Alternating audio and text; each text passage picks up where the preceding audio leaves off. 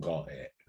Hey everybody, my name is Jim Farmer. I'm the festival director of Out on Film, Atlanta's LGBTQ film festival. I'm also an arts reporter for Georgia Voice here in town. I'm very, very excited today to be talking to the directors of the terrific film Neptune Frost. I'm gonna say a little bit about Neptune Frost right quick, and then we'll introduce the directors. The film Neptune Frost is now playing across the country, including Atlanta. Neptune Frost is an Afro-futurist sci-fi punk musical set in Burundi, where a collective of computer hackers emerged from a mining community, a result of the romance between a miner and an intersex runaway. Please welcome the directors, Saul Williams and Anisia Uzeyman. Hello. Hello. Hello. Hey. Thanks so much for talking to me. We are great. I mean, this is the day that the film is premiering nationwide, and so yeah, we're excited. This is such maybe a little. This is such an amazing film. You know, I watched it earlier the week, and I watched it on the computer. So I had to see this in the theater because this is just, the visuals are amazing. Yeah, you do. But yeah, you had to see this in the theater. But how did this project come up for you? Well, Anisia and I started conceptualizing this project about 10 years ago. Yeah. And really it was a way of connecting ideas, dreams, loves, and the yearning for the sort of story that we wish we could see on the big screen. Yeah. You know, a story that speaks for us and meets us at all of the different intersections of our personal experience and in the global experience, you know. We, like everyone else, are you know, both observers of and participants in the social dialogue, you know, on the planet, in the country, and what have you. And we kind of, during, you know, the observation of things that happened over the course of the last 10 years, we wanted to tell a story that kind of reflected what was happening on our timelines, sure. and connect the dots for the sake of celebrating the beauty that is found in a story like Neptune Frost. Exactly. Did you? Okay.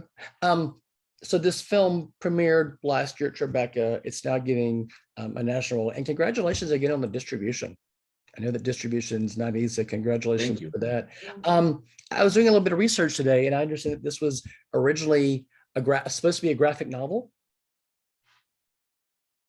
It is still a graphic novel. It still is a graphic novel. Yes. Yeah. The graphic novel will be out next year. Oh, great. The surprise is simply that we beat the graphic novel to the public eye. I never dreamt that. You know, we began writing this project. Anisia and I did a writing residency in 2014 to work on this project as a stage play. Yeah. And presented it to a producer who said, "I love this story. I think it could be a film." And from there, we kind of realized that meant that we could shoot on location and all the talent we could work with. But 2014 is the same year also that we began working on the graphic novel, and working with illustrators and doing our deal with first, second books surrounding the graphic novel. And so they kind of have the same birth point, but yeah, the film beat the graphic novel to the end point. But it's coming. Oh, nice. You mentioned earlier, and I was also reading that there was talk of this being an onstage musical, and you know, this so reminds me of you know, something like a Serafina, where there's storytelling, there's music, there's politics. Can you discuss those parallels? And I mean, you combine all three of those so beautifully in this film.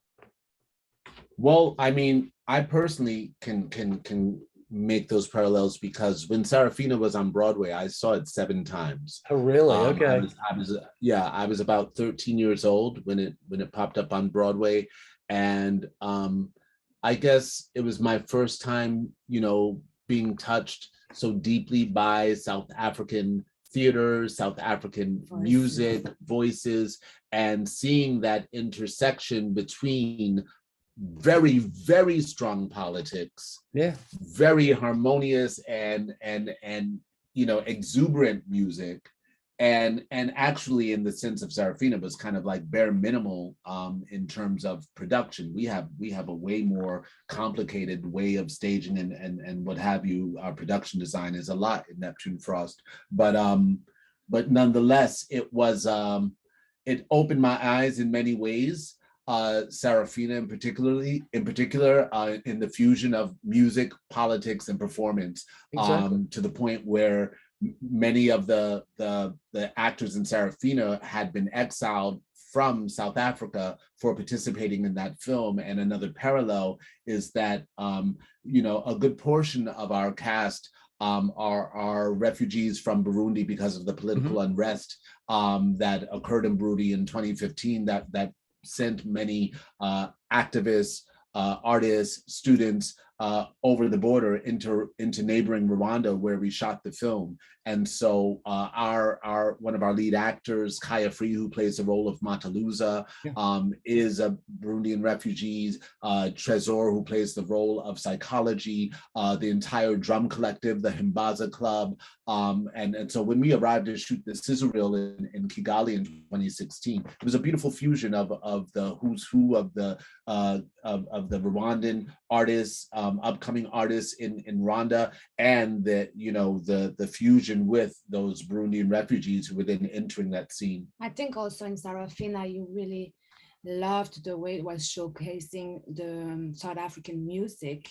Yeah, I think it was pretty new for you when you discovered it, and that invitation through a story to approach a music that you don't know in a language that is so beautiful. I think it inspired you a lot in terms of the desire to have the film in Kinyarwanda with sometimes like traditional drums mixed with more traditional languages and more modern form of producing music too. I think it was a huge inspiration. It's a huge inspiration. And when I think of Cecile Kariegba, for example, and the role, like there's an extraordinary artist, Rwandan artist, musician, like the most beloved and iconic Rwandan singer / poet figure is in Neptune Frost. She plays the elder nun in the film. Her name is Cecile Kariegba, and she sings this beautiful song in the film, which is translated from the song that was written for the film, but with her particular grace. Yeah, in the very traditional poetry metrics of that Rwanda is developing since centuries. So there is like the meeting between Saul's poetry and that form of lyricism that is typically Rwandan through the most iconic musician and poet of the country. And so I think that's also in Sarafina. I never had the chance to see it on stage. I only know the film, and in the film those are not South Africans. Not all of them, not Whoopi Goldberg. Exactly. Yeah. So how would you describe them? I mean, this is a beautiful film, but it is a harder film to describe. How would you describe the main character, Neptune? Well, yeah, Neptune is an intersex runaway who we meet right at the moment where her aunt has died. And Neptune was assigned male at birth. Yeah. And as she explains from the beginning of the film, and we come to understand by the time we reach transformation whose voice we're hearing, and how she steps into herself and how she finds the courage to after the death of her aunt. And it's that story that the film is a coming of age story, and in each character's trajectory and journey, each of them basically have to leave home in order to find the freedom to become themselves. Exactly. Okay.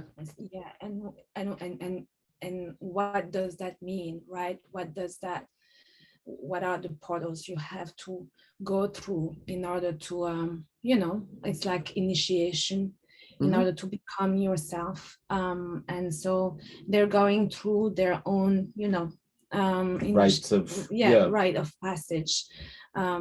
Also acknowledging what are the circumstances that they were encountering as assigned male, and what are those circumstances when you are now stepping into your femininity. So it's a lot about the role of the question of the gender binary and the role of fluidity in Neptune Frost is very connected to our dissection of technology. Coding itself in the virtual realm is in the past has been binary, and we are looking at the interconnections between, like, let's say, the drum as a wireless form of communication, drum patterns and as coding, up into and through the smartphone and the virtual forms of coding and the modern devices used for wireless communication. We are looking at the fluidity of language. We are looking at the fluidity of gender. We are looking at also, the connection between the ancient and the modern. Because, for example, one might think that our story is extremely modern, to show this character stepping into themselves so confidently over the course of this story. But there is a small, little tale I can tell you, which is that when we were looking to cast the role that eventually Cecile Carriagba played, the elder nun, at one point we approached an elder woman who's the mother of one of our protagonist actors, Kaya Free, who plays the role of Mataluza, and she was a Burundian refugee living in Kigali at the time, and Kaya warned us, hey, my mother is really, really religious, really religious. So I don't know if she's going to be cool with this story. And so, but we go and sit with her, and she's like, because Kaya said she wants you to come personally to her and tell her the story. And then she'll decide. Okay. And so we go. And, sure enough, she's extremely religious, older, and we begin to tell her the story of this, of this character that's assigned male at birth and goes through this transformation. And her response is, oh, that old story? That's an old Burundian folktale. Kaya, you remember, I used to tell you that story as a kid. I know that story. And that's the beauty of it all. Exactly. Is that sometimes when you step into something that you think is modern, you realize that part of the colonial or imperial imprint is that rigidity that forbids us from remembering something that we already knew. Or queerness. Exactly. Right? Inherent queerness. Exactly. Yep. Yes. So I read this morning, I read an interview that you identify as queer and that your father was also gay. Oh my God. Yes. Yes. I'm laughing because of the fact that my dad, who passed in 2003, never came out. And so I outed my dad post-mortem. Okay. I outed my dad post-mortem, and it's a interesting, sad, kind of traumatic story, because my father was a Baptist minister, and my mom is still living and what have you, but there were some pretty violent